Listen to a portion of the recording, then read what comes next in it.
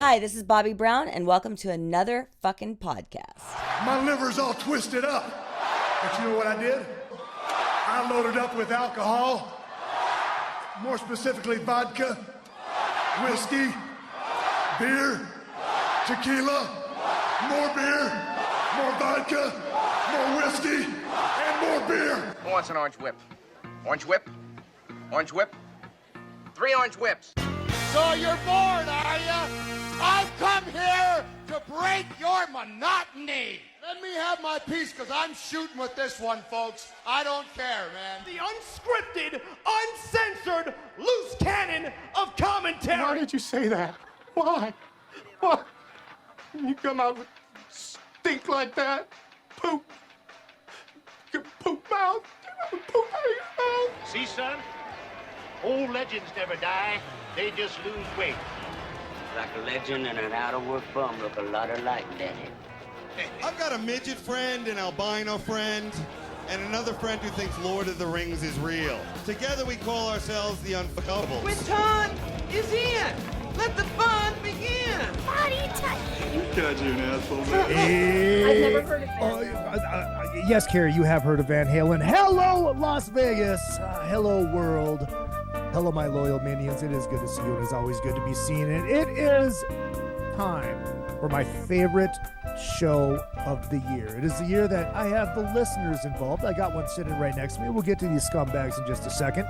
It is another fucking podcast. My name is Izzy Presley. I'm the host of the program.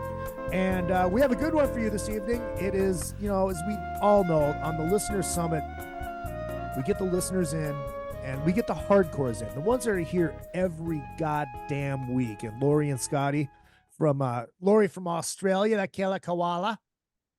G'day. G'day. And of course, we got Scotty from Canada. Happy fucking Boxing Day. You hoser! Beers? Oh, beers. And I got Dennis Waldron sitting here, the scumbag of the universe. Hey, cheers. everybody. We are sipping on delicious Tom and Jerry's. Amazing. And ladies and gentlemen, our special guest this evening from Sirius XM on the Hair Nation. The Nation of Hair, as Reverend Luke likes to call it. And Ozzy's Boneyard and the band The Dictators. And he's a brand new Flip fan. His name is Keith Roth. Welcome to the show, Keith. Well, good to see you, Izzy. Good to see everybody. You know, I'm not really a brand new Flip fan anymore. It's over a year already. That's so, right. It has been a year, hasn't it? Holy shit. Minnesota in the house, right? That's right. Now, we always know I start the show off with crack one for the working man. I have a special present for you. I know you do not like light beers. I do not like light beers. You like beers that have a little oomph to them. Now, this is kind of halfway through. I have the Stone Cold Steve Austin, Yes. Broken Skull Ranch American Lager. So we're going to do this, and we're going to do this right. In the words of my close personal friend, Stone Cold Steve Austin, crack one for the working man. Beautiful. Cheers. Cheers, my friend. And I want to Cheers, thank boys. you for having the beer delivery. I mean, the what is this? Happy Dads delivered to me right before the show. Thank you, Oh, Izzy. fuck yeah. Oh, yeah. I do what I can. And before we get rolling here, I have a friend in Alaska. His name starts with a K. I'm not going to say his real name, but it starts with a K. Cato. His name is Cato. I just wanted to hold you guys. Okay. He sent me a present, and it arrived today, and it is a fake Twins jersey. But here's the thing: it's autographed by Jack Morris. Look at that. Wow. Oh, nice. Yeah, that's pretty cool. Nice. So that was a cool little late Christmas gift. So thank you, Cato. I appreciate that. So what we are doing here today is we are doing Metallica, track versus track, Master of Puppets versus Ride the Lightning. Now this is going to be a very this is still tough for me. I know there's some people that are very opinionated, but once you start going track versus track, it gets very, very, very hard. Do you just go around the group here? What do you guys remember about the first time you heard these records? How old were you? Where were you? Were you into metal at the time? Keith, why don't you start? You're the radio guy. Let her buck, Chuck. I mean, it's a very funny story, but there was a record store in Route 18 flea market called Rock and Roll Heaven that was run by John and Marsha Zazula. Yep. So every Friday when we got paid, we'd go down there and buy really cool import records, punk rock, metal, whatever. And John was talking a lot about this band he was signing, Metallica. So when he did release Kill 'Em All, he didn't give me a choice that I had to buy it. He shoved it under my arm and said, "You're buying this." And then he brought him over shortly afterwards, and they were kind of hanging around our neck of the woods in the Old Bridge area. And then the first time I saw him was playing a roller skating rink, Sports 9 in Morganville, Raven and Metallica, the Kill 'Em All for one tour. So I've known about this band probably before most people have. So, okay, so you got into them very, very early. And when you heard these records compared to Kill 'Em All, what were your thoughts? Well, I mean, with Kill 'Em All, it was kind of like we were too young to experience, like the Mercer Art Center. Our older brothers or friends knew that one. So it was like the start of a revolution, it felt like, right? It was like, you felt something new was happening. You knew about the new wave of British heavy metal, but now you're starting to see this stuff, pop up right in New Jersey. So, I mean, it was pretty cool. There wasn't a lot of people there.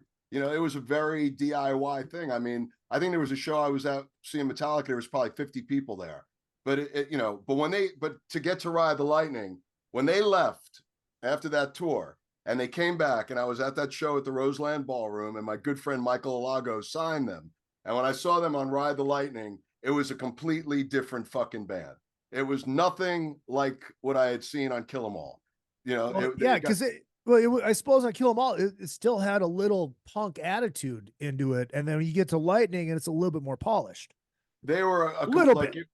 I mean, no, it was completely different. Like, I mean, do I think they were? I thought they were okay. I never thought they would become what they became. But when you saw them on Ride the Lightning, now you're starting to see that this band may do some serious damage. And also on that show was Anthrax and Raven, and all those guys got signed to major labels that night. So Michael Alago put his ass on the line. He believed in them. And so when Ride the Lightning first came out, I got it on Megaforce Records. It wasn't even on Elektra. So so my copy. You still have it? Of course I do. Of course I'm a hoarder. Of course I have. Dennis, what about you? Oh, so I'm a late comer to Metallica at that point. So I told Izzy before we joined the show tonight, it's like I'm coming with my biases. And then he dropped it. That's the second time he's done that tonight. 11th grade, Mike Harris sat in front of me in history class, and he had this cassette, and I was okay. We have our Sony Walkmans with those horrible headphones that go on, spongy things in your ears. Yeah. Pop that in. I was like, what the hell is this? Master of Puppets. I mean, he let me borrow it for the day, and it punched me in the face. I'd never heard anything like that. I missed the beginning of the catalog until that happened. Mm-hmm. And so I would go to the radio store, or I'm sorry, to the record stores like you, and buy this stuff where and when you could find it. It was such a different experience. And then when I saw them live, they were on Ozzy's Ultimate Sin tour. Right. And I saw them live, and this was all within maybe 4 weeks of this. Like, what the hell? They just came in. They didn't wear sequins. They didn't wear makeup. So the live presence, the punch you in your face. Whoa! I have to have more. So that's when I went to the back catalog. Brings me back to I'd never heard that percussive. And brilliant. Yeah. Yeah. I mean, that was an incredible record. And I saw him too with Ozzy on that tour, and they were amazing. I mean, you knew at that point, the next time they come and play the Enormo Domes, they weren't going to be opening for anybody. Right. See, now my Metallica story, I didn't really get, I mean, I had heard it on Rockin' 101 a little bit, but it was mostly held to like overnights and the metal show. They actually, there was the metal shop, then there was the Rockin' 101 metal shop, and that was Saturdays from like 11 to 1, and it was just all metal, and it was great. But I didn't even, it was until Monsters of Rock 1988, the tour, I hadn't heard anything other than on the MTV special. They played a little bit of Sanitarium, and I didn't have any. I thought it was Death by Stereo. Death by Stereo. Boom, boom, boom, boom, boom. And I didn't listen to any of it. And when I saw them come on after Kingdom Come, same thing. My jaw hit the ground. I go, what the fuck is this? Yeah. And so this is everything was fresh to me. You know, and I remember like 3 songs in, Hetfield goes up to the mic. He's like, we're going to play some old shit for you now. See if you can figure out what the fuck it is. It's like, oh, geez, thanks. You know, good. Then they played fucking Sanitarium. I'm like, dude, I know this one. Dead Boss Stereo. Boom, boom, boom, boom, boom. And I remember that too. Didn't they go on before Dockin? Yeah, they went on before Dockin. So they played for like 30 minutes, and then Dockin would go on for like an hour, and people were throwing shit, right? Yeah, exactly. But I remember that. But they played. I think they played a couple songs off of Justice, because it was right before Justice came out, like the September following that tour. So right after that summer. But and then I bought Puppets the next day, and I'm like, fuck, I'm hooked. This is fucking awesome. And then of course you go back a little bit, and I heard Ride the Lightning. It's like, whoa, this is cool. Laurie, Australia, tell me your story. Oh, I was a bit of a late bloomer with Metallica because I was always into the the Motley Crue and all that sort of shit. But I reckon Enter Sandman was when I sort of came into them, sort of thing, and they were a little bit more commercialized, sort of thing. But as you go back from there, you realise that they were a lot more heavier than what they led to believe on the Black Album. So I was a bit of a late bloomer. Well, as I like to say, better late than pregnant, right?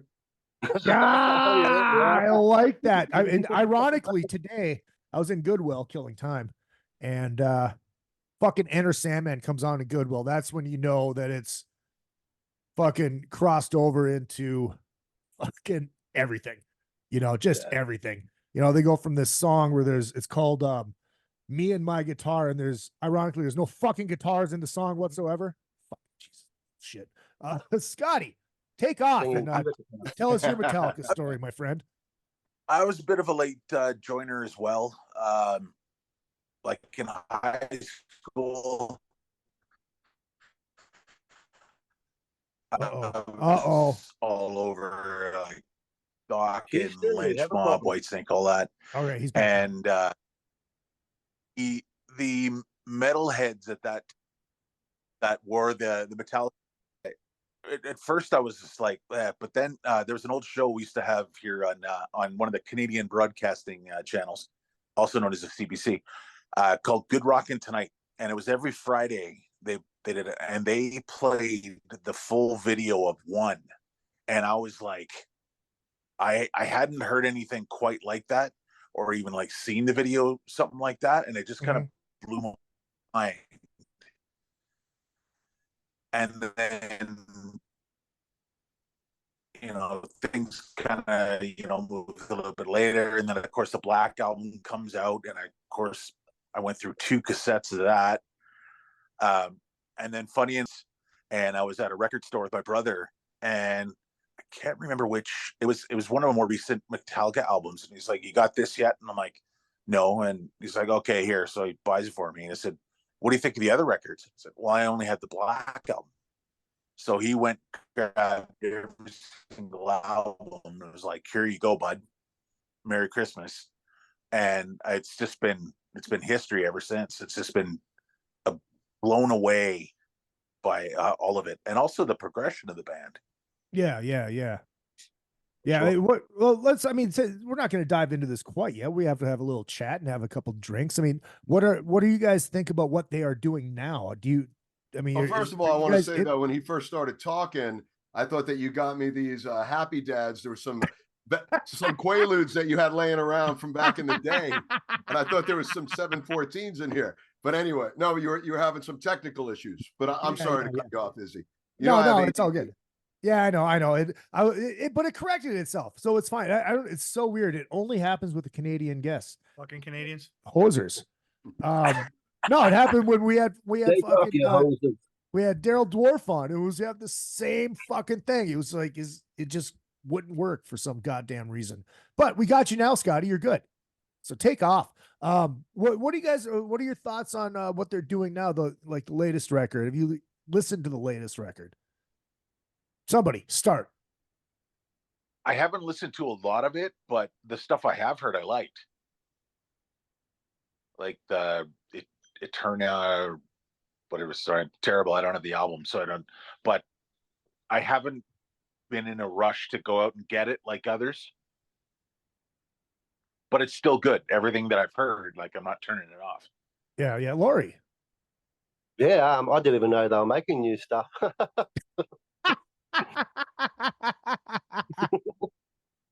But I'm sure it'll be good. It's got to be better than Saint Anger. Well, I mean, whoa. Are we still beating up on that? Yeah. That drum. Dude, it's like Kiss fans not shutting up about how bad Unmasked and The Elder is. I love those are my two favorites. You're lying. You're lying. Are you kidding me? I would love to cover Just a Boy and I Am Just a Boy. What about Is That You? I love that song. I thought Paul Stanley sounded great on that. I got into those records after the fact. I know it's about Metallica, but yeah, no, that's okay. We can talk Kiss all fucking day long. I do like The Elder and Unmasked. Yeah, here's my. I always bust Kiss fans' balls about saying that they like those two records. It's like they're trying to score Fonzie cool points, and there's just no points to score. And I always say like Unmasked is the Taco Bell of Kiss records. Ooh. Oh, here's my theory. Let's hear this. You don't hear it for a while. You don't have Taco Hell for a while because it's fucking Taco Hell. Then you see a commercial. You're like, oh, that doesn't look so bad. I should go try it. You go back to Taco Bell and you realize why you hate Taco Bell because it's fucking disgusting. Same thing when you try to listen to fucking Unmasked other than Shandy. Shandy's an amazing pop rock song. Shandy's a great song. Shandy's a great song. But you realize it's shit. It's terrible. It's brutal. You know, like Is That You, that first song? Nah. I love that, man. Paul Stanley sounds great on that. Nah. I don't know. I like that record. We just compared music to Taco Bell. Hey. Now, if I were to compare Bon Jovi to Taco Bell, I would just throw it in the toilet and bypass the middleman so I don't have to hear it anymore. Sorry, I had to get that in there, guys. You knew the Bon Jovi hate was going to come out. Well, here's the thing: is I could not find my Bon Jovi shirt, or I was going to wear it just for you. He almost forced me to drink out of a Bon Jovi cup because I won't force you to do that tonight. Well, I don't have one. Bon Jovi last year for you. Keith, what about you? What did you think of the newest Metallica when you heard it? I thought it was cool. I thought it was very cool. You know, I mean, to be honest with you, I stopped following their career after Master of Puppets because really, I did. If you want honesty, I want to hear more about that. Yeah, why? And it's nothing with the band. I take that back. I like the Garage Days EP because I loved the covers they did on there. But you know, musically, I was working. And I also at that point in a lot of that metal stuff, I kind of reverted back to everything I kind of grew up with, like, you know, punk rock, the MC5, the Stones, the Heartbreakers, the Dolls. So, I mean, the metal thing, you know, in 85, it made a change. In the early, you know, up until 84, it was still very 70s, and then it switched over. But I mean, there's no denying, you know, how brilliant musicians these guys are. And of course, I know the songs, but as far as going out and buying records, I think that was probably the last one I literally bought. So that's why it's cool to be a part of this, because it's easy for me to, you know, jump in on these two records. But well, I just we play stuff on Ozzy's Boneyard, 72 Seasons. It sounds great. The other record they did that everybody was crying about the mastering, I thought it sounded, you know, I think they're a great band, and there's a reason why they did become the next generation's Led Zeppelin. So yeah, well, I mean, I think the last time I saw Metallica was on that summer tour right before Load came out, and they were just. I saw them in Somerset, Wisconsin. You know, it was just in a big field. It was them and Danzig and Suicidal. And it was just awesome. Right. It was just fucking awesome. That's the last time I saw them. Actually, I saw them at the Apollo Theater. They did a Sirius event, and they were so fucking good, and they played for so long, and it was like, it brought back all the memories and all the militia guys with the Old Metal Militia, and they were incredible, you know, great band. And to see it was small, you know, they had a lot of fun that night. Keith, I forgot to tell you, I had to give you props on talking about how great Eddie's concert was a week before it happened. That was which one? Eddie's 40th anniversary show. You talked about how awesome it was the Monday before it happened. No, I was saying I think how awesome it was. Oh, okay. I got the dates mixed up. I got invited. And speaking of Metallica, he's the first guy that played them because he was. I know.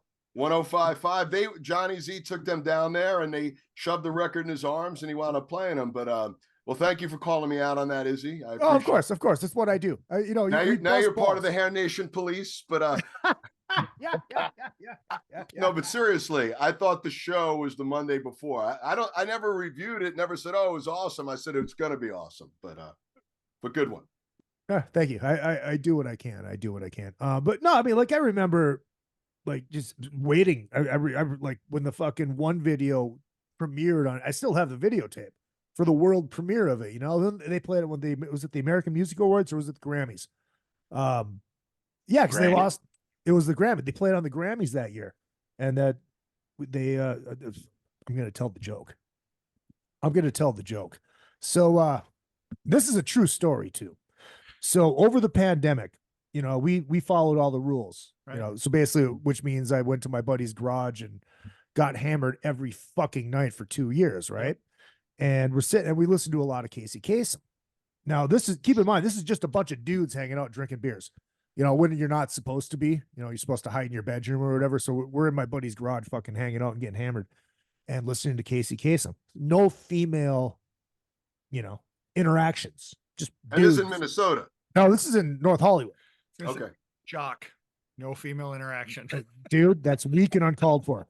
There's a female. And finally, this one hippie guy. Now, this is a fucking true story. This hippie guy shows up and he had 2 hippie chicks with him.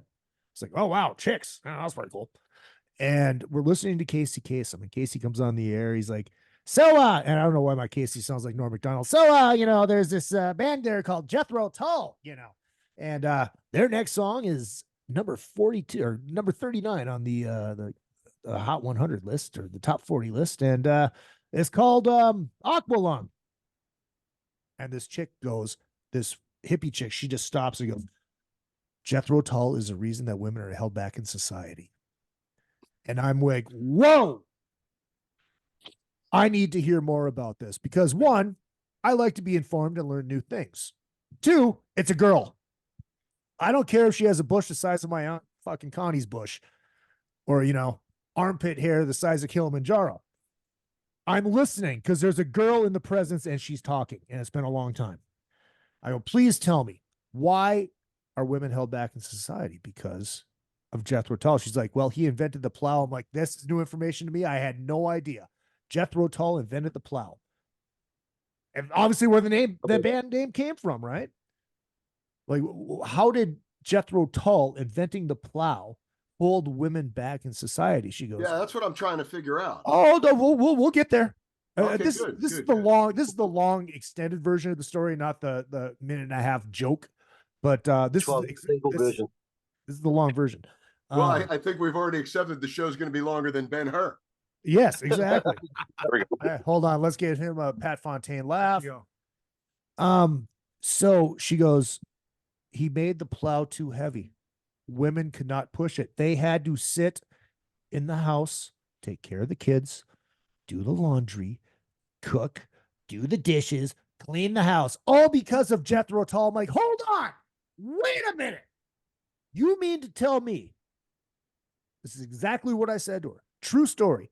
You mean to tell me if Jethro Tull had not invented the plow, Metallica would have won the Grammy in 1988? That's hard rock performance.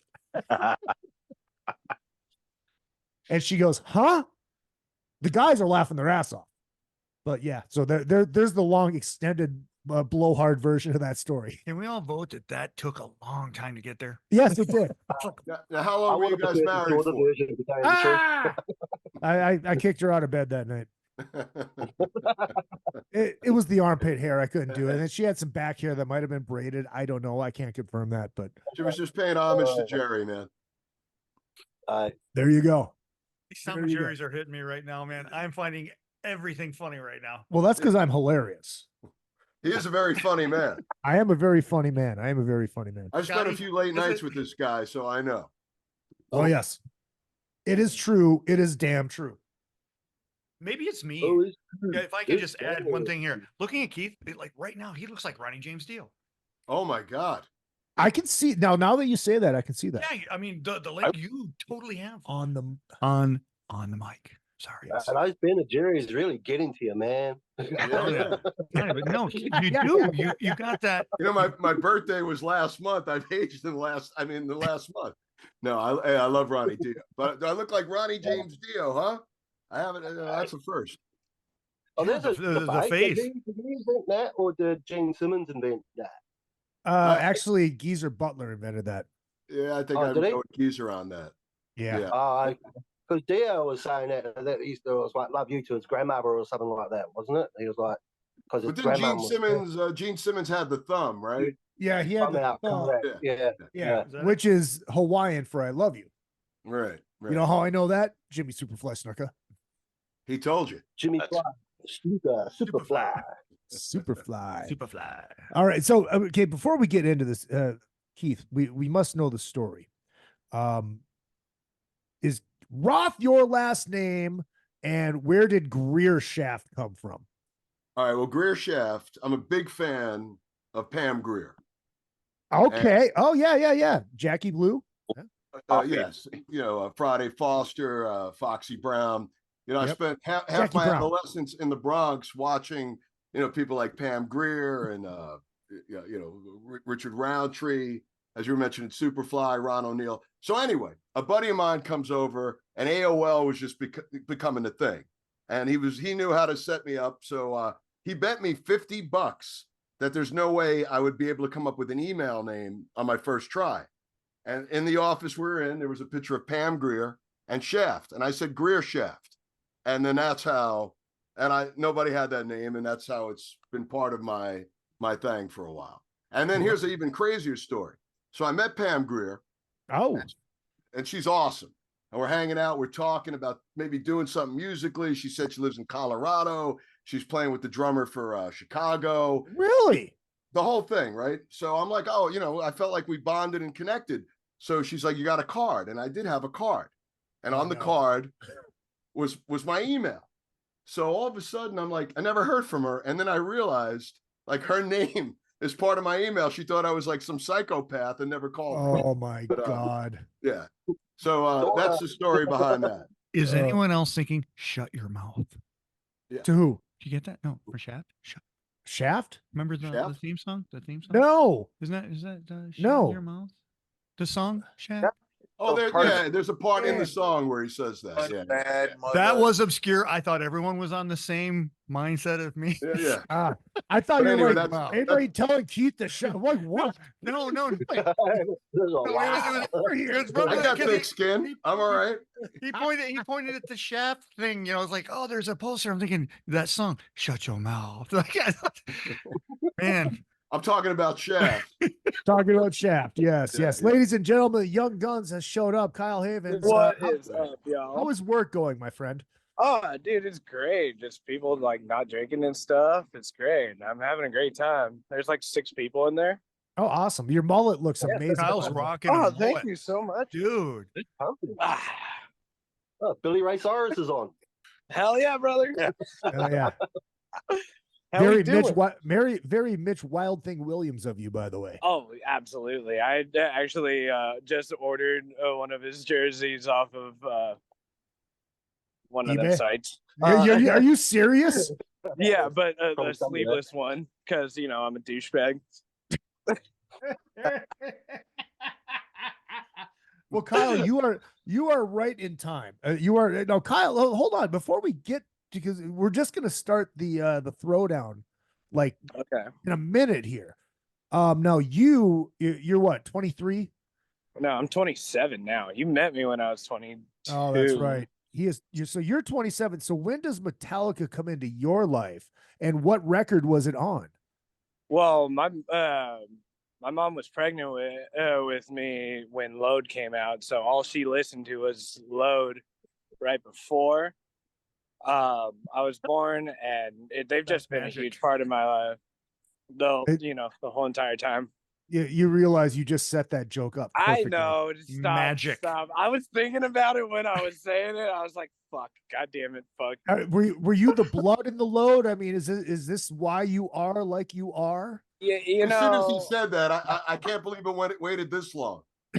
Dude, that's why I just kept on talking. The second you said that, I was waiting for Izzy right away. But all right. Well, I had to let it breathe.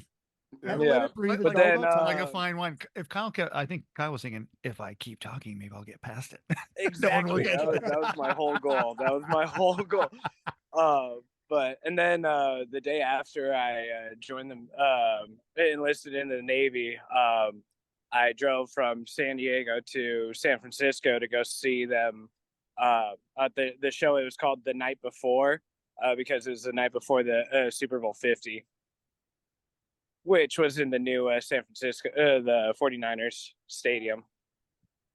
So yeah, Metallica's been a part of my life. You were reenacting a I can't think of the name of the fucking band. I just had it and I forgot it. In the Navy. Oh yeah, those people. So you were reenacting a Village People song. Yeah, dude. Francisco. Yeah. Young Guns. Exactly. If you're gonna do it, No if judging. you're gonna listen to the Navy, the first place you got to go is San Francisco. Come on, Izzy. Don't you remember we partied with the cop on the Monsters of Rock cruise? What? The guy from the The Village Morgue People. Police. What was that, Brian? It was like, why does my ass hurt so much this morning? I didn't drink that much. Hey, what's going on? Oh, fucking hell. All right. So, do you guys should we start this throwdown? Yeah. I think so. All right. So, my Dennis here is my service Jew, so he knows how to count. So he's going to be keeping the tallies. I love it because I go out to the casinos. I'm like, I'm gonna do this, and he'll go, no. But I want it. No. That's gonna cost money. You have an Asian here. I got the count for you. That's a good point. That is a good point. So here is the deal. We are going Master of Puppets versus Ride the Lightning. LP. See, I guess lightning pussy. I mean puppets.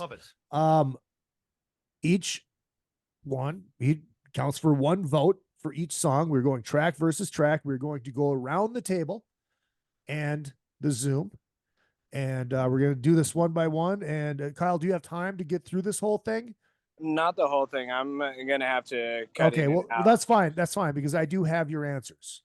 Yeah. And I'm very disappointed in you, young one. Very, very sad. Ouch. Very, Ouch. very, very sad. Is it an experience thing? Is it an exposure thing? Is it a youth thing? I think it's a YMCA thing. I think it's a dementia thing for him. Oh, the shade came back. Hey, if that's they don't call me Young Guns for nothing. If that's an old guy joke, Roth is fucking older than me, so fuck you. Are you sure about it? 51. Yeah, maybe a little bit. Just by a hair. Am I the old guy? Maybe. No, I'm the old guy. I think, dude, if Roth bought fucking Ride the Light or not, bought the original Kill 'Em All in was it high school? I was a teenager. You was a teenager. Yeah. 60s kid. Late 60s. Mid to late 60s. Okay. So he's the oldest guy. Okay. So okay. All right. Well, let's clarify being born in the 60s. Yes. Being born in the 60s. Not being in our 60s. We grew up with better music than he did. Oh, absolutely. Absolutely. Okay, I don't like this conversation because I grew up with the worst music. All right, leave me alone. Dude, you're bringing the mullet back, and that's all that matters, dude. That is a total party in the back. Total party. That is amazing. Yeah. I get it permed and everything. But Metallica was a band that did something, to me, music was all resurrected. Yeah. 81. And there was only like really this many amount of bands that really did something unique and different after 81. Right. And to me, Metallica was one of them. So, well, you know what? Pantera was another. Which one? Pantera. Yeah. Yes. Yeah. I They agree with reinvented that. steel. Yeah. I agree with that. Keith, okay. Before we start this, Keith, let me ask you this. because you've been. How long have you been in? Were you in radio before you started doing XM? Yeah. I mean, being a musician, you never know where things could lead to. So I've been doing radio for 25 years. Okay, because I was in radio from 2010 to 2013. Right. When I first started doing radio, they used to have a thing called carts. Oh yeah, dude, I remember those. We didn't have them, but I knew what they were. So let me ask you this: we all know about the Great Wall of Nirvana, but and I'm curious when you think this started too. Everybody else, I apologize, but I'm very curious about this. When was it that was it with the Great Wall of Nirvana where the legacy acts stopped being able to reinvent themselves and stay relevant? Because I mean, you look in the 80s, you still had people from the 60s that were making music that was on the radio and charting. And was it right around the Great Wall of Nirvana where that ended too? I mean, listen, Nirvana was a necessity because all your favorite bands at that point were making shitty albums and they were all following each other. Right. They all oh my God, this guy's wearing a feather. It was like they were coming off an assembly line. Right, it was right. ridiculous. That's why I said with me, metal really, after 84, 85, I was out and I was glad to be out. I mean, and 93, 92, when that all started. I mean, I liked Nirvana from their first record. I thought it was cool. I saw them 3 days after Nevermind came out at City Gardens where Das Damen opened, but it was a necessity. All these bands were getting comfortable. Priest was making a record with synth guitars, et cetera, et cetera. So here comes punk rock, or sorta, a community that was very experimental. None of the bands really sounded the same. They all supported each other. And that's why I put a lot of those bands out of business for a while. And then everybody seemed to got their shit together. And then they all started sounding like Nirvana. Yeah, exactly. The same thing happened. Same thing. But my question is about the legacy acts. When did they stop being able to produce new music that's ended up like being relevant and charting and doing shit? Because like I just said, it's like up until like 89, 90, other than Elton John, there and Clapton, there wasn't really anybody that was old hitting the charts. That's true. Right. That's true. Right. I mean, you think it starts with Aerosmith and Run DMC coming together? No, because that was part of it. I mean, I think I'm just curious. So when did it end? Because Aerosmith was one of those bands. They were one of the bands that were able to reinvent themselves and have a thriving career.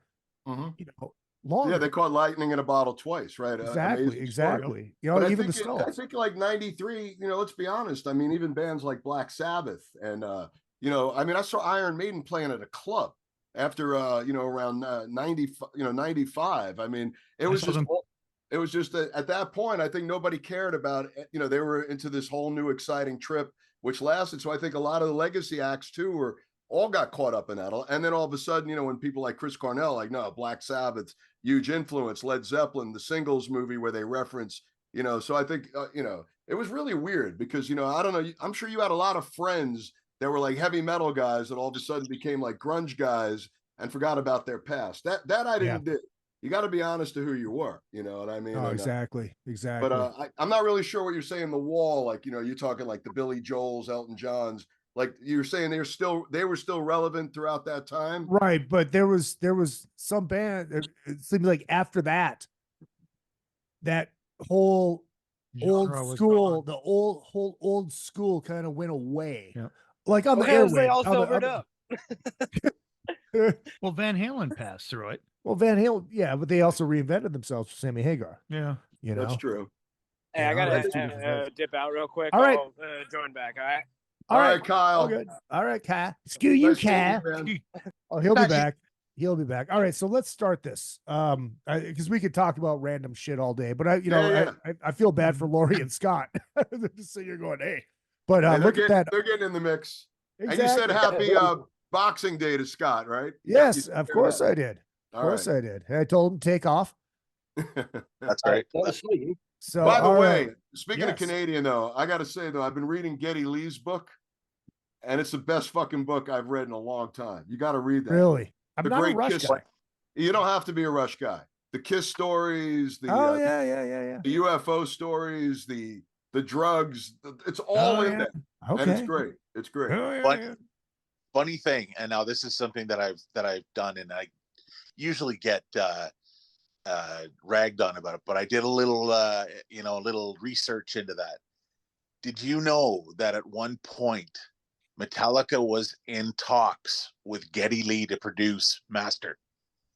No, I didn't know that. What? Yeah. Wow. They had moved from they weren't happy with their recording studio or the places they were trying to record in the States, and they ended up going back to Norway or something like that. And they all kind of reached out, and they were at one point in talks with Geddy Lee to produce. I don't know, dude. This sounds like Canadians trying to pretend that they're relevant or something.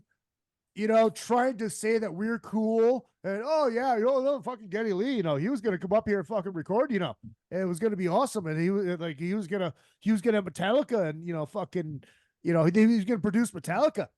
I got one thing to say to you, Scotty. Bullshit, eh? I was gonna say, did the Vikings lose, Izzy? Why are you so grumpy? No.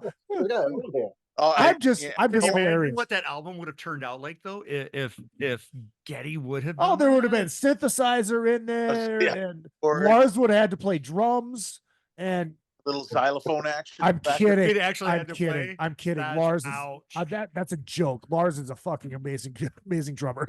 That's just a joke. I have to play on the internet jokes. I'm a funny guy. He became an amazing drummer. Right. And look, it's I don't care what anybody says. With a different drummer, it changes everything about fucking Metallica.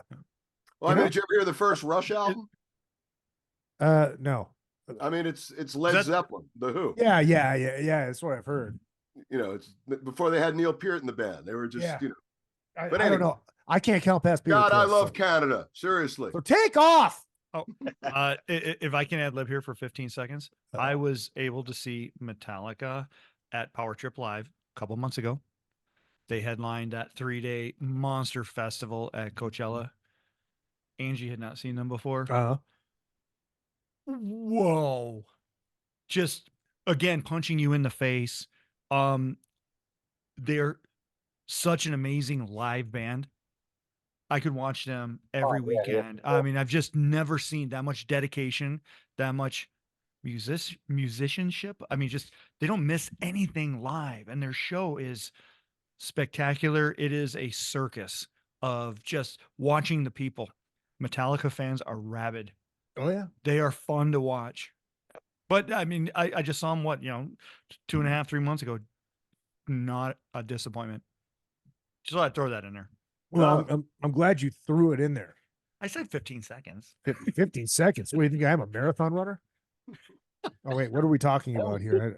I lost my train of thought. There you go. We're gonna start because I got the L and the P. The L and the P. All right. So now talking about these two records, there really is Keith, you were talking about the progression from Kill 'Em All to Ride the Lightning. But now there's another progression from Ride the Lightning to Master of Puppets. Absolutely. It gets like more is polished a good word to describe that, you think? Yeah, I think it's a perfect word, actually. But never really lost their angst. Right.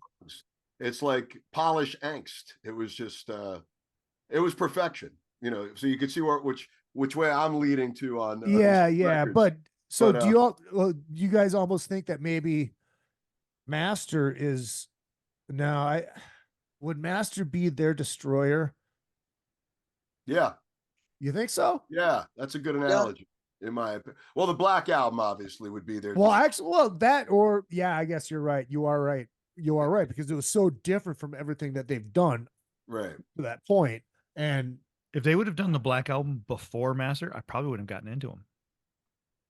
There you go. I mean, Destroyer brought so many people on, I mean, that was right. Well, not at first though, not until Beth hit. Right. Well, I mean, it was after Alive 1 though. So Alive 1. Yeah. It was Alive 1. And then like Destroyer came out. Everybody's like, what the fuck is this? Right. Dude, well, no, it was like that was the first one I got. I was 4. You know? Destroyer, yeah. I love Destroyer, but now I'd rather listen to Hotter Than Hell. But anyways, we could fucking talk about Kiss for 3 hours. It's funny you mentioned Hotter Than Hell, but that's I love that album. Oh, I do too. And I like the production because it gives it kind of a gritty, fuck you, heavy balls sound. What's weird though is I talked to Richie Wise about that.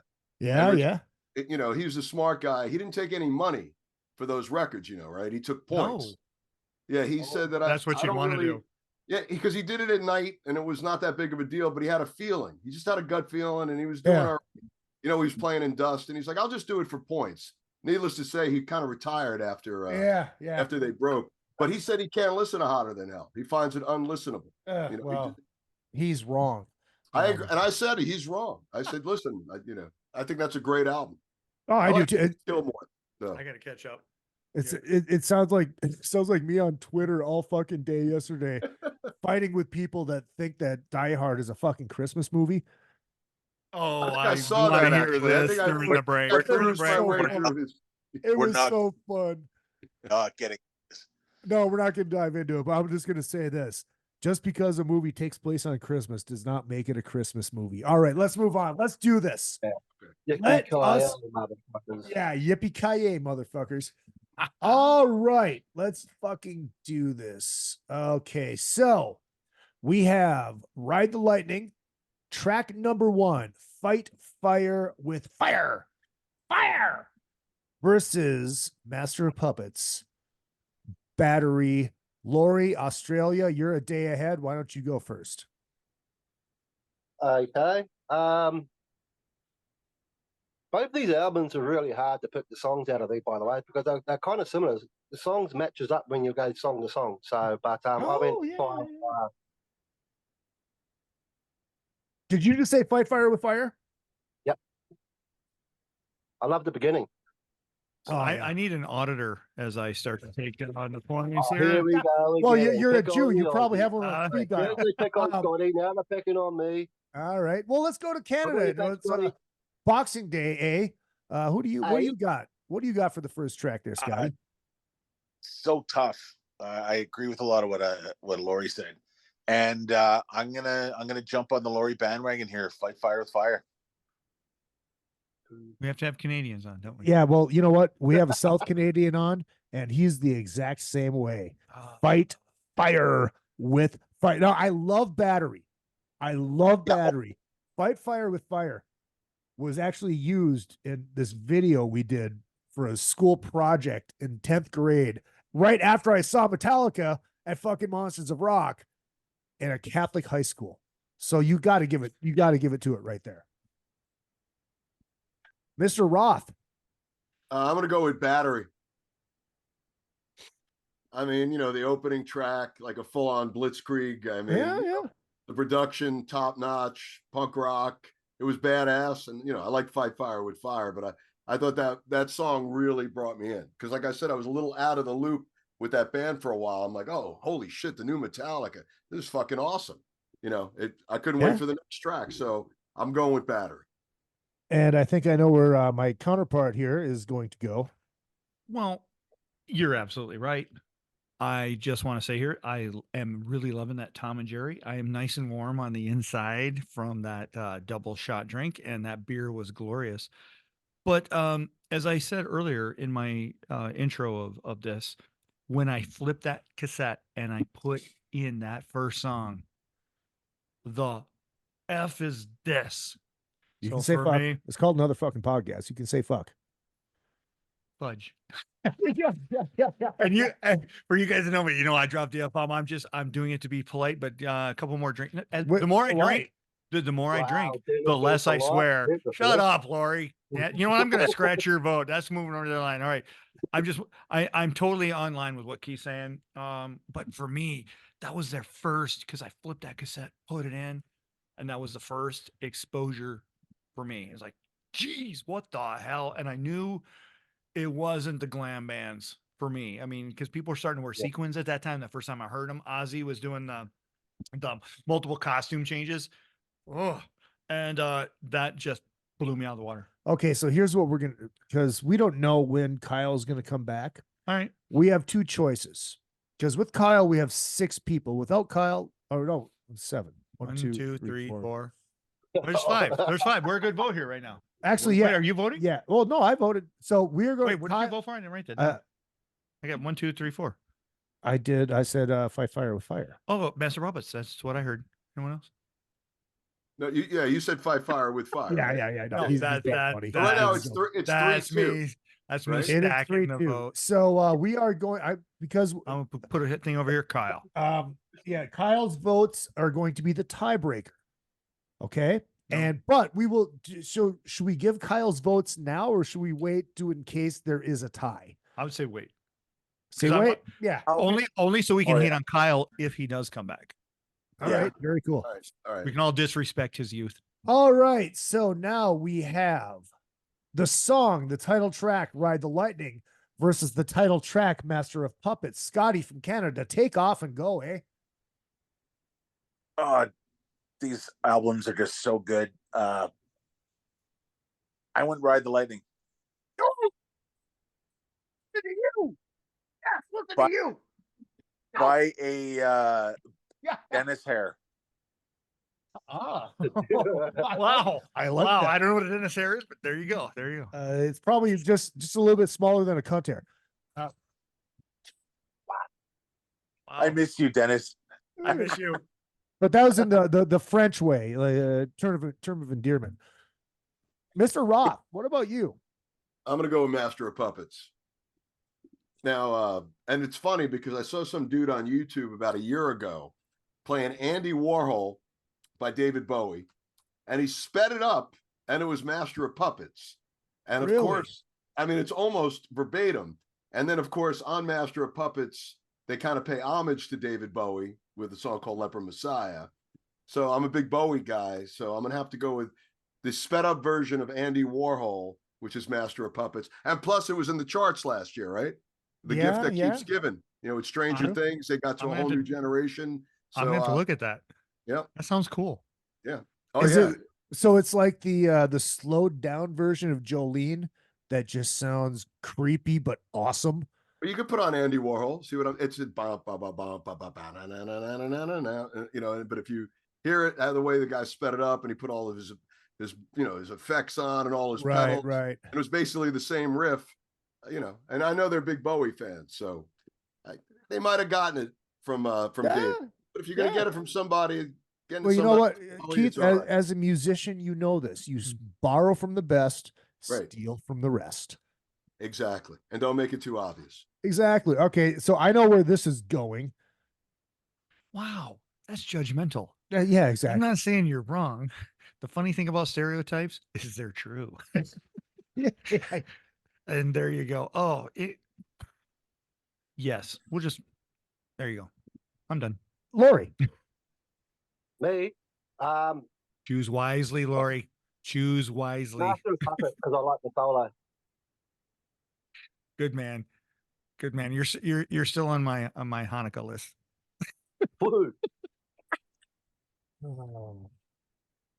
Well, here's my thing. Oh, here we go. Here's my thing. Master of Puppets, the song Master of Puppets is a masterpiece. One. Mm-hmm. The song Ride the Lightning is about getting juiced. It's about getting fucking electrocuted in the electric chair. And it was Metallica's first dive into, like, not political, but like a social statement.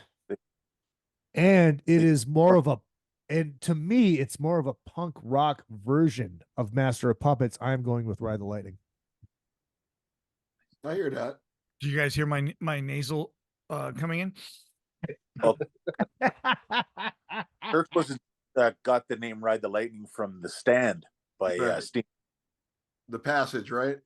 Yeah. Yeah. And it was about getting electrocuted. Right. All right. So now we have, which for me is the toughest one. we have For Whom the Bell Tolls versus what might be one of the heaviest fucking songs ever written, The Thing That Should Not Be. And of course, I say that because that's how Jason Newsted used to say it. I'm going to go first. For Whom the Bell Tolls, classic. Fucking classic. A hit. Well, not that it was a hit, but in Metallica metal pre-1990 terms, it was a hit, and a hit is a hit is a hit. But The Thing That Should Not Be may be my favorite Metallica song they ever did. But someone help me here. I'm dying. But just say it. Dun, dun, dun. It's The Thing That Should Not Be. I'm sorry, I can't do it. It's The Thing That Should Not Be. It's that. Yeah, it's under Master of Puppets. I think that should not be. No, you can leave that vote for Lightning if you want. No, I'm wrong side. There you go. So would you like to respond to that and give your pick?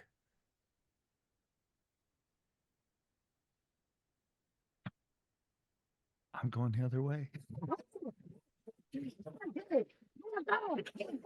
Going the other way. My God. I knew that was going to throw him. I know he didn't expect that, but yeah, I'm going the other way. He did that answer too. Yeah, dude, this is, to me, like I said, this is the hardest one. Laurie. Yeah. For me, yeah, I reckon, I'll wait for Who the Bell Tolls for sure. Like, dude, how can you go wrong? How can you go wrong? Like the other song, a little bit too draggy for me, to tell you the truth. You know what I mean? Dude, Scotty. Definitely for Who the Bell. Both great, but I know Dennis kick out of this being Canadian and hearing For Whom the Bell Tolls at every hockey game I go to. True. I put that as just that dun dun dun. Mr. Roth. Believe it or not, I'm going for Bell Tolls. Wow. Did I really get outvoted on that? And dude, you went Bell Tolls. You know, I mean, that is one of the heaviest Metallica songs, but there's something about that riff in Bell Tolls and just the whole arrangement in that song and the performance. And as Scott was saying, you know, you hear it, you know, when your favorite team is like, you know, at a Knick game or, you know, a Ranger game when it's, you know, so, I mean, it's just an undeniable song. So if you're going to go song by song, I got to go with Bell Tolls. Like I said, a hit is a hit is a hit is a hit. I'm working off his scribble. I had to fill it in because I was marking down something because he did L&P. Lightning Puppets. I mean, come on, you're smart. I used the whole title. Thrown right there. Okay, so now this I was gonna go ahead. For Whom the Bell Tolls, it's also cool to watch Zombieland and to see zombie strippers running out to that tune. That's another thing. I forgot about that. God bless. Forgot about that. God bless jiggling titties. Now we have track number 4, which I think this one is tougher than the other one because these are both the starts clean, gets heavy, Fade to Black versus Death by Stereo. I mean, Welcome Home Sanitarium. Can you go back to the timeline? So 627 versus 657. Their songs were long. Yeah. Long. Yeah, and they did like 50 different changes of tempo and everything. They gave a fuck about radio. This true. They said, fuck it. We're Metallica. This is what we do. Or it's funny how both records kind of emulate each other too. Right. They do. They do. Like Master was like they might have used Ride the Lightning as a blueprint for Master of Puppets. That like we could need be this here, that there, that was there. It the same producer? Yes. See, there you go. There you go. Now, how did you get a almost 7-minute song? Like, if you're a producer, guys, I'm so immature to this. I just know as a consumer versus a producer, right? How do you know this is what we want to do when everyone else is saying, I can't get that on the radio? I mean, how do you make a career Well, love I think the thing is like they didn't expect to be on the radio anyways. Yeah, they didn't give a fuck about radio. They just wasn't out on radio. Like, dude, especially this is who we are. This is what we do. Right. You know, when you start to think like maybe the song is a little long, an extra. Yeah, tell that to Rush or Pink Floyd. Oh, you take that back, sir. You take that or Led back. Zeppelin. I mean, yeah, Zeppelin. Yeah. I mean, Izzy, you're a musician. You never write with radio in mind. No, I mean, I think maybe you should every once in a while. Yeah, I mean, you never know. But this guy, Freebird, come on, greatest song ever fucking written. You know, I mean, Green Grass and High Tide. I mean, we can. Yeah, we fucking can go Paradise on. by the Dashboard Light. I mean, Paradise City. You know, I mean, yeah, these are all, exactly. you know, yeah, these are real musicians. You know, not thinking about radio. Right. All right, Mr. Roth. Let's start with you. Is it Fade to Black, or is it Welcome Home Sanitarium? Here we Sanitarium for me. Think so, okay. Nice. Yeah, and the reason being is because That's my bias. sometimes I would think I would rather be in a sanitarium than in a couple of weeks on vacation, because it's just the way my life could just rolls out of control. Yeah. But he paints, you know, in his voice though, it's so real and it comes through about, you know, the way he sang, you know, his vocal performance on there, and it just brings you in, and it's a whole story, and it's like one of those get lost in the moment kind of tunes. I mean, Fade to Black's an incredible song too, but you know, if I had to pick one, I would definitely go with Sanitarium. Aussie. Yeah, I think with Sanitarium, I think everyone can relate to that song. You know, I mean, I think someone's been in that point of time in their life where they can actually relate to it and that. But Fade to Black, mate, I love it. So I mean, yeah, Laurie, you are off my list. I was just getting ready because you started strong and then you let me down. All right, Laurie, see this? See this? Well, so here's the thing. Here's the thing. Is like Sanitarium, Death by Stereo. Death by Stereo. Is an amazing song, and that is the first Metallica song that I remember hearing, because it was on the fucking MTV Monsters of Rock special, right? Which I still watch every once in a while, which is weird, but on VHS, VHS or YouTube, it's there. I mean, plus I need the HDMI to RCA so I can get my VHS plugged into my TV, so it's like right. It's so funny you say that. I just had to do that today. Oh, really? Yeah, I had to convert an old VHS player, you know, to the RCAs into the HDMI. I love it. It's ironic that what's behind Keith's right hand right now? Is that an old iPod that's on the shelf? Wait, where? Yeah, that's an old iPod. That's an old iPod. Dude, you're right over your right shoulder. You're right, you're your over right shoulder. right over That your right is an shoulder. old iPod. Right on the shelf there. On the shelf behind you. Wait. Do you see it? Yeah. That An big iPod. silver. Yeah, it's an old school iPod. I'm trying to see where it is. It's a big silver thing with the black circle on it. It's right there. Over there? No, it's on the shelf. Yeah, you're almost. Okay, wait. Show me. Okay. To your left. To your my left. Right. No, right behind you. This? No, down. Okay, now a little bit to your left. This? No, up. Up to your left. Sorry, I asked a question. Up and to your left. You right. Okay, now it's right to your right hand. To my right hand. Yes, that big silver thing. Right here. Down. That's the big silver thing with the big black circle on it. That's like a 2004 iPod. It's a power amp. Oh, see, there you go. Okay, I was thinking, do I have an iPod? It looks like an iPod from this angle. But you know what? I think I do got one of those sitting around here somewhere. That is an iPod, right? It looks like an iPod. It does look an iPod. Right here. Oh, yeah. I do got one. Hilarious. That's It awesome. wasn't that. Anyway. So, anyways, where was it? Funny talking about the old technology, and then when I saw a 20-year-old iPod behind you, like, wow. That's there right. you go. Okay, so that's where I was. Thank you for bringing me back into bringing it full circle. How Sanitarium was the first Metallica song I ever remember hearing. I'm sure I had heard like whatever before that. But I think it is Fade to Black. Because I love playing that song. I love the guitars in that song. The guitars in Sanitarium are fucking badass too, but I love both are great. Just the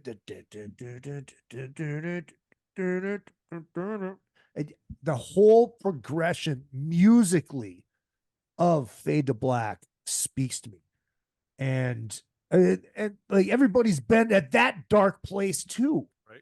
You know, it's such a great, it's just so badass. It's Fade to Black. I'm looking up the notes for my own knowledge because you made it all personal and stuff. Oh yeah. You know, the more we talk about them, it's almost like this was like a double album. Yeah, exactly. So, like Heaven and Hell and Mob Rules. They're Dude, it's like the Illusions. Yeah, except better and good. So, from the wiki, Fade to Black is a power ballad with lyrics about suicide, and he wrote this because he felt powerless about the band's equipment that was stolen before January '84 show in Boston. I remember that when I read this. Now wait, is that from Wikipedia? Yeah. So Joey, everything on Wikipedia is true. Yeah, Joey from Sheboygan made that up, and that's a hell of a story. If you look at Master on Wikipedia, it'll tell you the Geddy Lee story. Okay, so I went. Did you go? Who went? Who else went? I already lost my train of thought. Laurie went. Laurie went. I went. Keith went. I haven't gone yet. Scotty, go. This was the toughest one for me to do. They're both like incredible songs and hit so close to home for me. But I'm going with Fade to Black. Okay. Because that's one that I tend to sit back and sing in my room once in a while. Oh, Young Guns, thank you for joining the show again. We're through side one, if I'm not mistaken, right? Yeah, we are through side one. So here, Kyle, here's the thing. You're just here for like social commentary. Yeah. If there is a tie, your picks will be the tiebreaker. Well, yeah, because I'm the important one. Wow. See, the younger generation these days. Oh. And he's about to bust into Kung Fu Fighting and whatever. Seriously, not everyone. Listen, I'm broadening your audience, okay, by being the young one here and making sure my vote counts, okay? Shit. Did you know Kung Fu Fighting was a Jamaican guy? Carl Douglas, right? Yeah, it's a Jamaican guy. That was random. I didn't. Well, no, because I made a Kung Fu Fighting joke. But seriously, everyone was not Kung Fu Fighting. No, no, not guys with ADHD. It's like, you go? Yeah, I went. Oh, you did go? All right. So Kyle, you've missed out on a lot of great material. But you have to work. So. Well, it's you, so I'm sure I'll hear it again and again and again. Hey. Hey, man. All right. Repetition and hilarity works together. What can I say? So now we go Ride the Lightning, track number 5, which I believe is track number 1 on side 2. Trapped Under Ice versus track number 5 on Master of Puppets, Disposable Heroes, Keith Roth. Yeah, I'm going with Disposable Heroes because I love the stiff little fingers. And there was a song called Nobody's Hero, from the 70s that when I heard that, they might have listened to that a couple times, but just the whole thing with war and the whole thing, just the whole message in it. It was pretty heavy. And that undeniable chorus. And once again, Hetfield selling it. Yeah. Like the way James sells it, in his performances. So that's what I went with that. Dennis, since you're on your phone, let's make you do your. Did you put his vote down? It's All right very there. well. What do you have, sir? Remember, we were much more alert before the fifth drink. Before the fifth Beatle showed up. Don't judge me on this, but I'm going on for Trapped. Wow. All right. Wow. I'm still judging you, but you know. Kyle, hear this? Screw you, Kyle. That's one, Kyle. Did Kyle jump in on this one? No. No. We have. He's the voter. Well, you have all my picks anyway. Yeah, so. I suppose. But you know I don't what? have Yeah, one. Kyle can jump in because his vote won't count unless there's a tie, and we could write it down. Yeah. Kyle? I had a Kyle I say column. Disposable Heroes. I mean, it is much more relatable, you know, being that I served and No, dude, you you than, put it over than being there. trapped under ice. You know, I live There's in one. There Arizona. we I go. don't think I'll ever be trapped under ice. Well, Oh, thank you. speaking of that, I put Kyle in the wrong column. Kyle has his own column, and I put Yeah. it under our. Yeah, the better one. Yeah. The higher. Okay. I'm the 1%er. Well, no, I got to say thank you for your service, my brother. We appreciate that. Yes. Appreciate it. And I could totally understand why you went with that. Living in Yeah. Arizona, you have no Right. worries about Well, he's in his own non-binary column over here. So, the joke, kids. Not that it doesn't matter. Whatever. Well, Scotty. so does Chris Brown and Ike Turner. So Yeah, Scotty, you've been trapped under ice. What is your vote? I was going to say, is that a shot at a Canadian? Jeepers. Oh, jeepers. Funny enough, I have not been trapped under ice. I've skated on a lot of it, but I'm going with Heroes. The Kela Koala.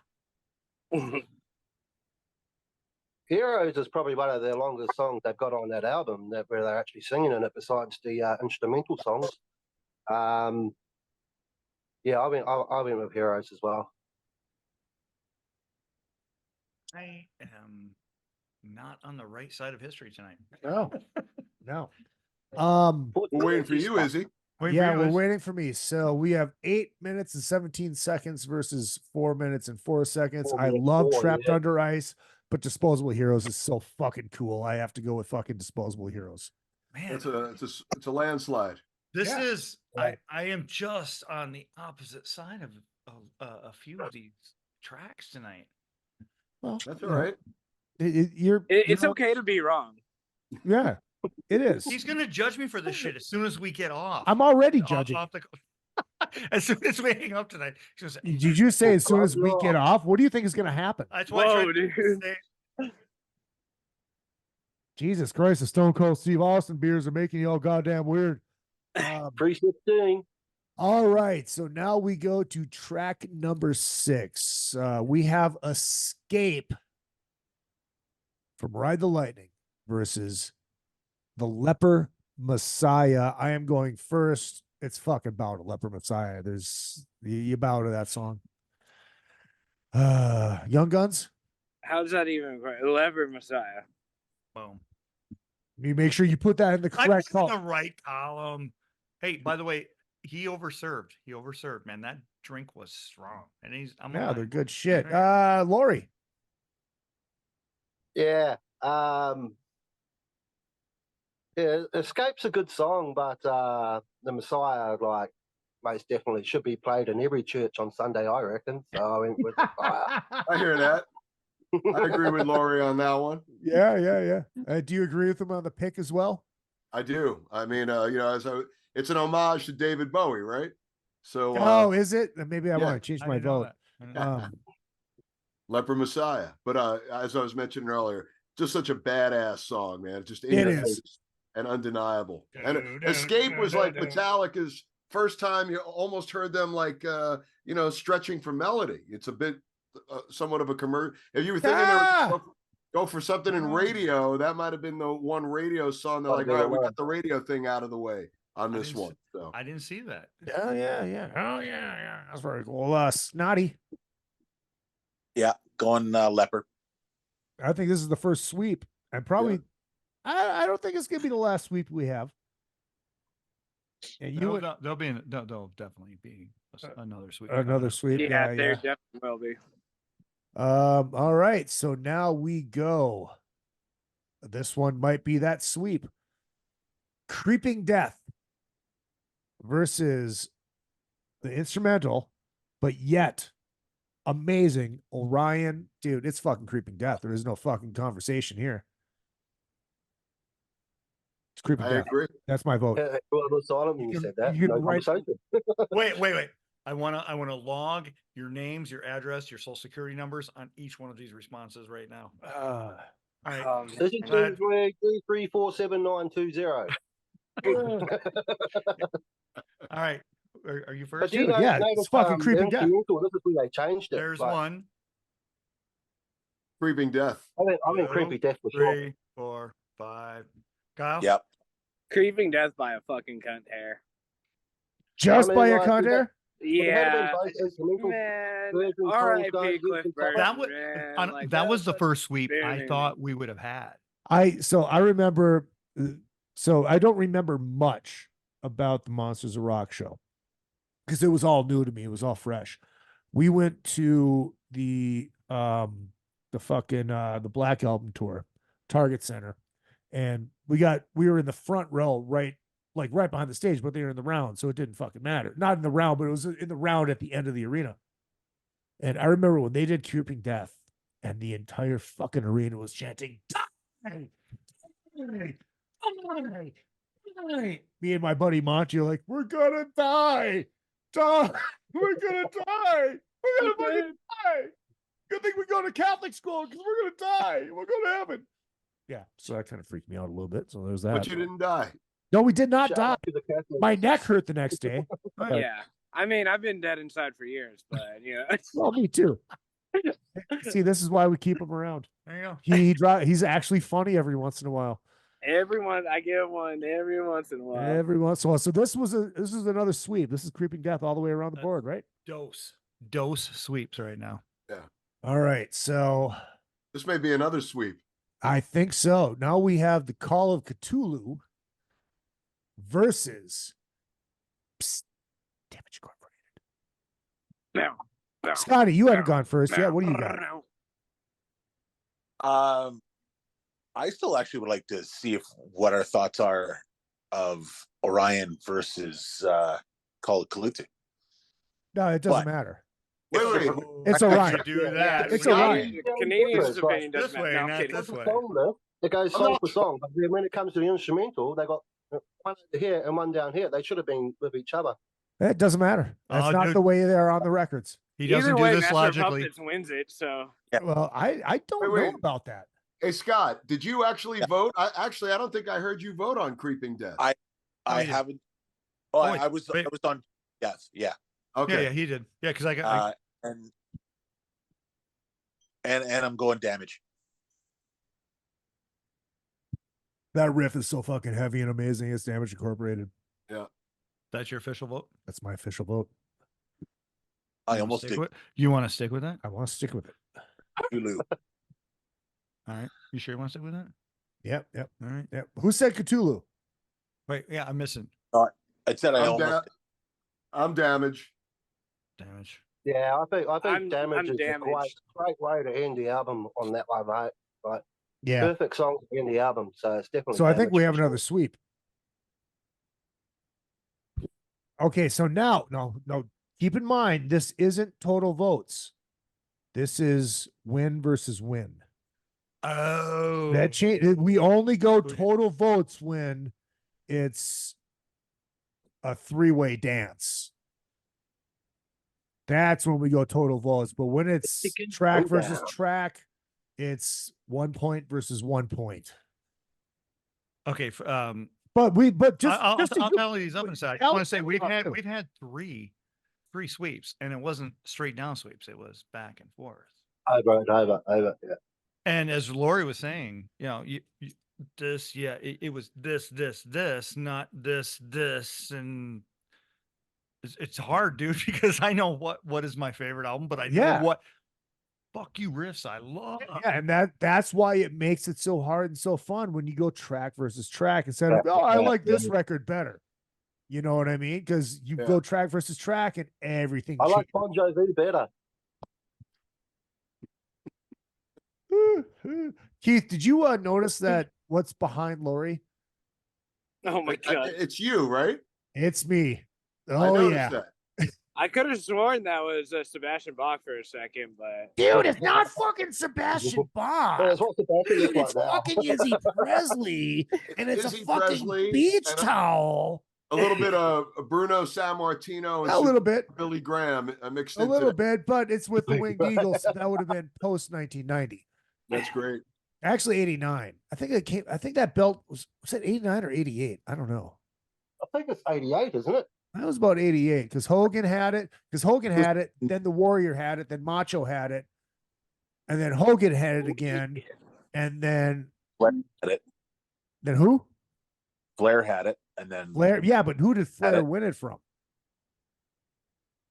He won it from Hogan. But they didn't Oh, fight. wait, no. He won it in a Royal Rumble. That's right. That is right.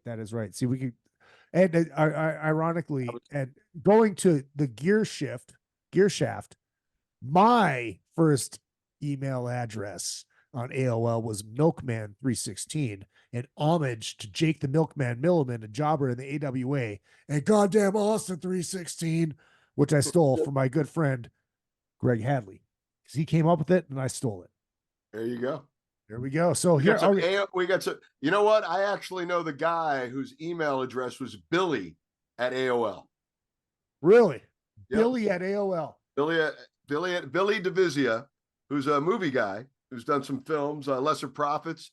But we were talking about, and he's like, "Fuck you guys." He goes, "My email address was Billy at AOL." That is amazing. So did you ask him how the Great Depression was while you were at it? He's not that old. He's actually Izzy's age. So old. 51. So, all right, Dennis, here's what I want you to do. Just because. Sure. Add up the complete the totals. Just so we know. We have a winner. There is no tie. And for the record, Kyle, oh, you know what? I need to do something. There needs to be a shot. I would like a shot. Would you like Jack Daniels or would you like the Elvis? Would you like to do the math before you take the shot? I would like the Elvis.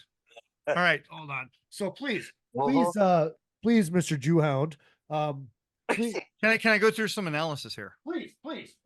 All right, so dissect it. I got a lot of marks here, and just sorry to cut you off. I got. Oh, Colonel's getting ready to go.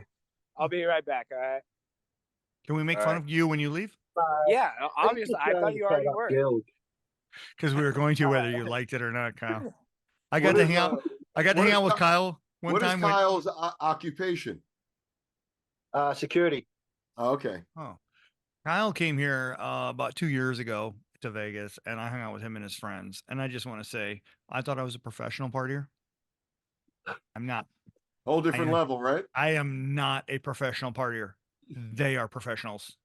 I can only hope they were living the life. Him and his friends were. I had the best time. Don't do that yet. But dear God, I needed dialysis after hanging out with those guys. No. It was so bad.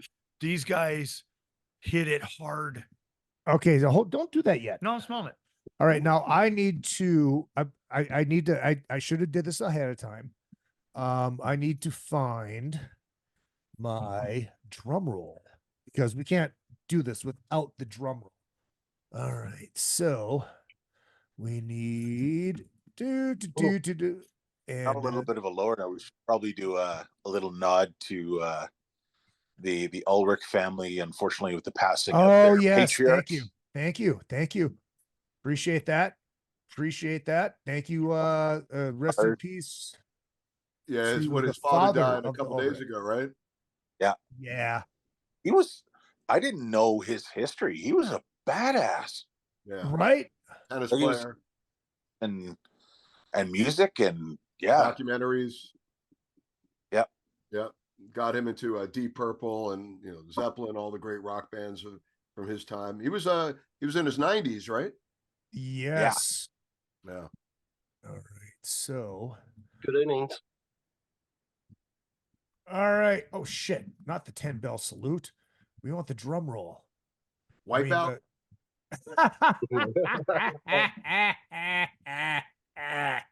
on my way. All So, all right, here we go. The winner of the throwdown with the score of 5 tracks to 3 tracks.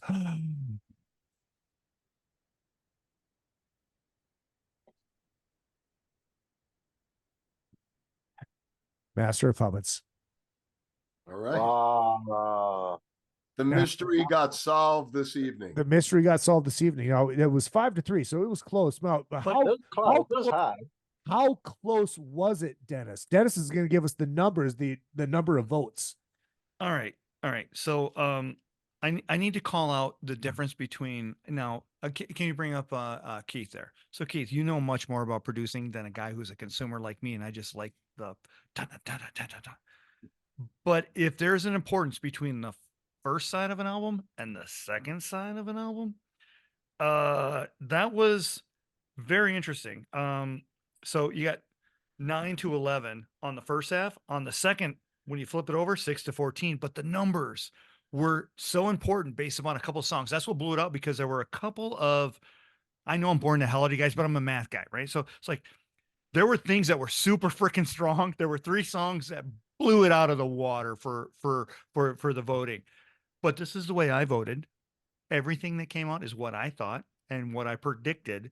But I was really brought into the interesting part that the first half of both albums were very close. The second half was a blowout. If you flipped it over, it's like, so Keith, if they would have flipped the album and done it with different songs, I mean, a different sequence might have changed the whole game. Yeah. Right. Yeah, for sure. I'm not saying like, order like as Scotty and Laurie were talking about, like different orders, but like, would it have been different if you just flopped it and the first side of the album you did this? It was pretty close. I mean, I found it interesting because we're all overserved. Well, the title tracks were the second song on both records, right? Right. And some of the numbers were kind of, even on certain, matching up. I think it was Disposable Heroes and Creeping Death, right? Or what, whatever. But the instrumental should have lined up, because it would have gave it up more. The first half was so close. It was by 2. The first 4 were by 2, but the second 4 out of the water. Right. So what do we have for total votes on each record? 15 to 25. That was because there was a sweep on the back half of both both albums. Do we know? Remember when I told you? Go ahead. Do we know Kyle's votes? We don't know. We didn't get. So I will give you Kyle's votes, and he's wrong. Here we go. Well, we got 3 of them. 5, 6, 7. But let's see what we got. All right. So, track number 1, he went with Battery. Track number 2, he went with Master. Track number 3, For Whom the Bell Tolls, because he's a kid and he likes the hits. Track number 4, Welcome Home Sanitarium. Track number 5, Disposable Heroes. Track number 6, Leper Messiah. Track number 7, Creeping Death. And track number 8, he was all but two. Master. He pushed it. I mean, it's a 75% vote for him being the tie taker. And he doesn't know any better. I hate you. I hate the young. Well, to tell you the truth, when I first heard what albums they were doing, my first initials was Ride the Lightning. But me too. It ended up being 4 apiece. Yeah, it's so hard. It is. That's why I love doing it track versus track, because it changes everything. It does. So, Keith, you had a lot of notes. He did. Did you? Were you able to hit your points that you wanted to hit, or is there still stuff that needs to be said? No, all I did was I basically, went side by side and did it in my head before I jumped on the air. And I'm like, and it wasn't, and I just made little notes, like how I felt about, Battery, or, when I was talking about Master of Puppets, the Andy Warhol sped up riff. And Yeah.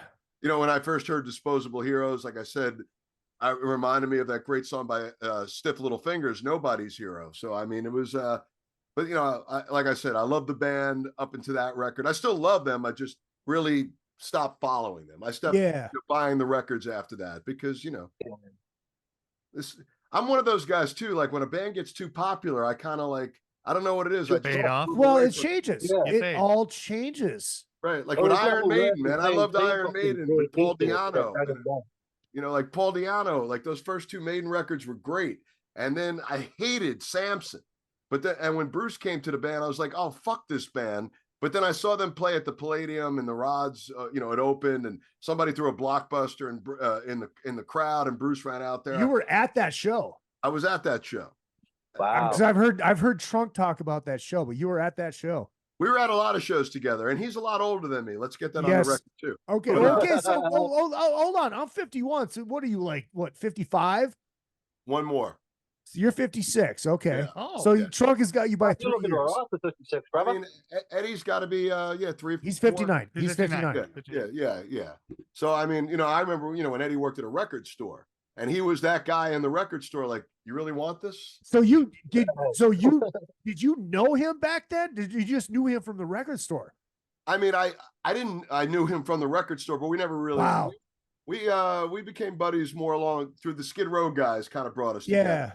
And me and Rachel had a punk band called the Brighton Barflies, and we used to go down and talk on his show. Eddie's always been a great guy, though, and yeah, I know he's the best, man. And when we run into each other, airports, we'll talk about UFO records. Next thing, we're almost missing our flights. I mean, it's really bizarre. I mean, the guy really does eat, breathe, and sleep music. Oh, I know.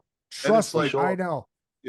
But I know. I've had many dinners with him. It never stops. It never stops. He loves, It's like I equate it to like having. I had lunch with Adam Carolla, and it's like you feel like you're listening to this fucking podcast. When you're having dinner with Eddie Trunk, you feel like you're listening to his fucking show because it just never fucking ends. But that's why we love him. Yeah, and and Don is the same way. I see Don. Yeah.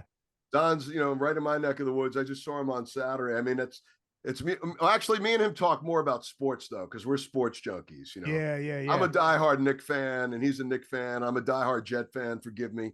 I'm a Yankee fan, Ranger fan. It's all okay. Hold on. You're throwing the whole fucking spectrum off because the New York fan spectrum is Giants, Yankees, Jets, Mets. That's what the typical spectrum is. And hockey's all off the fucking map. You never fucking know. And That's basketball true. sucks. So, because it's basically the Knicks. It's the fucking Knicks. It does. The Nets don't matter. Whatever. The Nets mattered when they were in the ABA because it was a different. Right.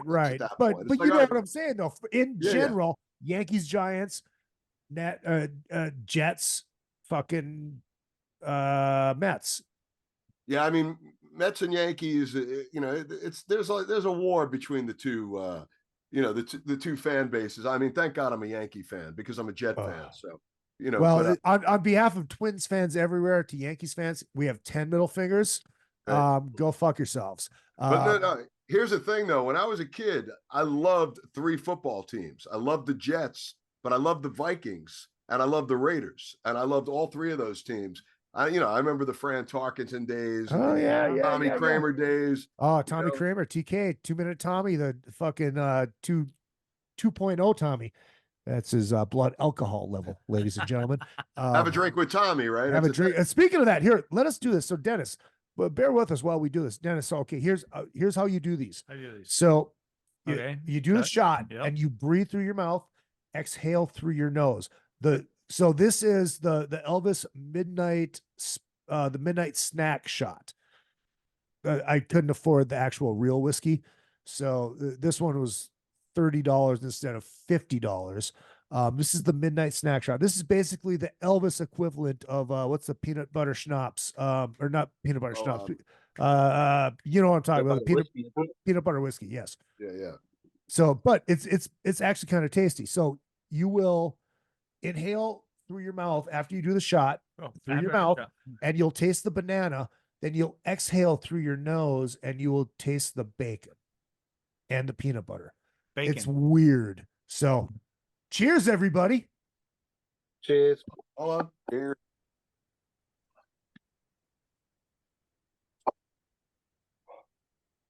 I wish I had a shot to do with you guys. I wish you did too. Do you see the difference? It's weird, isn't it? There's banana. There's banana coming out my nose. Banana, and the peanut butter. Is there pork in there? I just fed the Jew pork, ladies and gentlemen.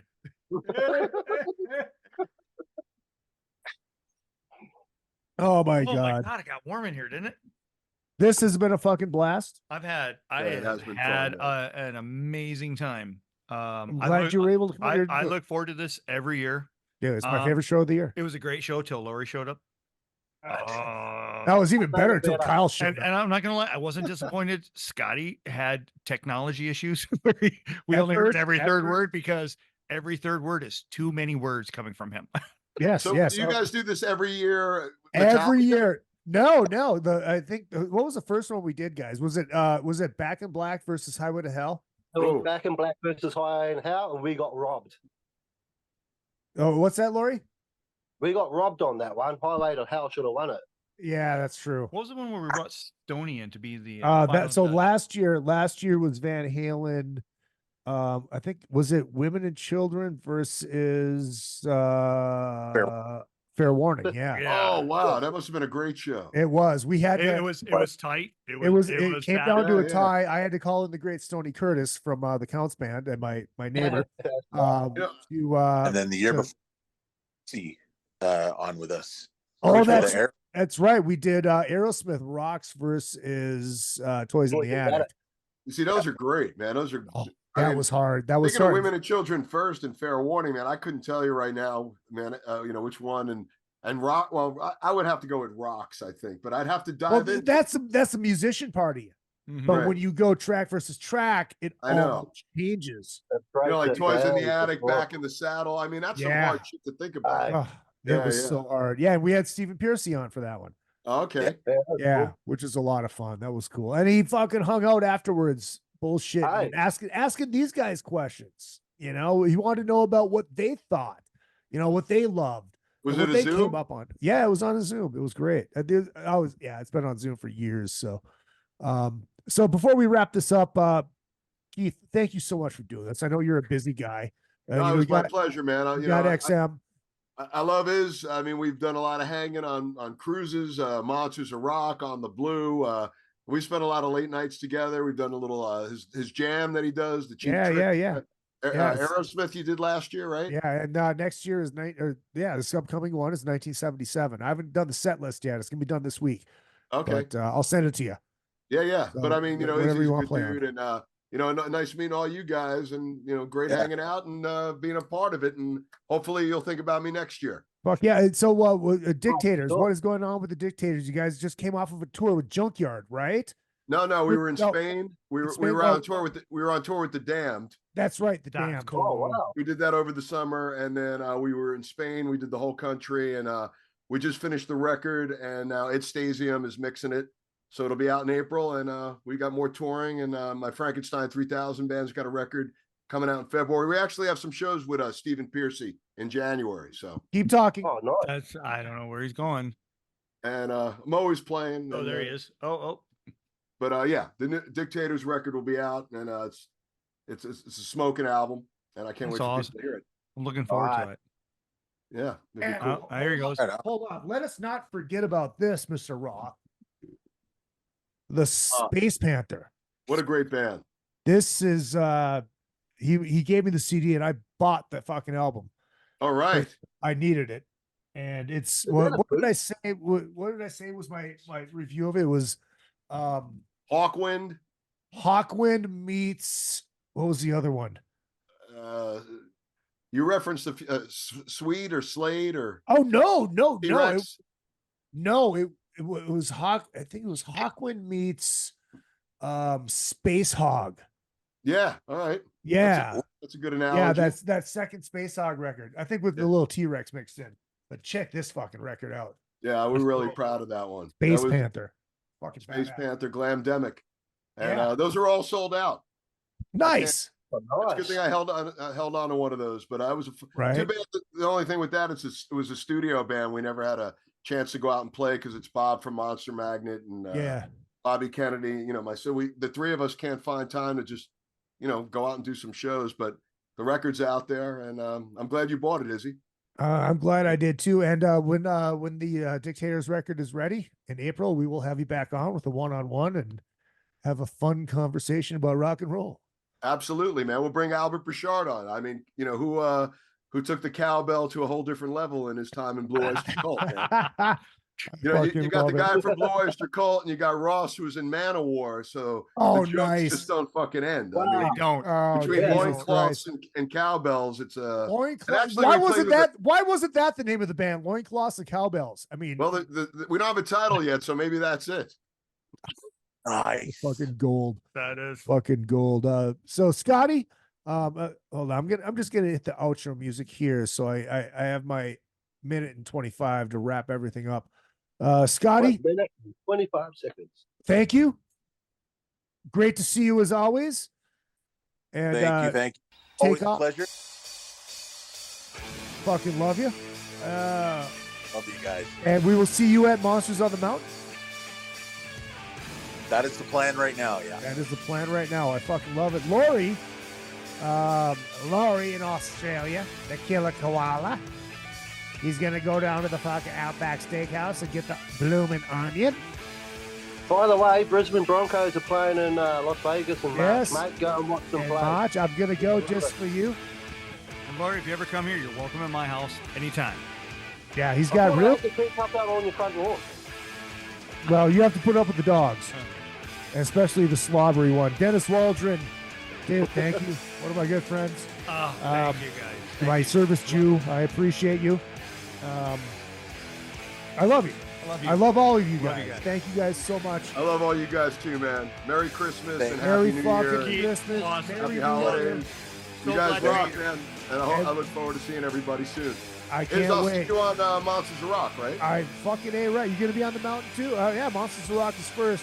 Fucking, I love you guys. My name is Izzy Presley. This has been the Listener Drunken Summit. And don't forget, what I lack in talent, I make up for in the cot.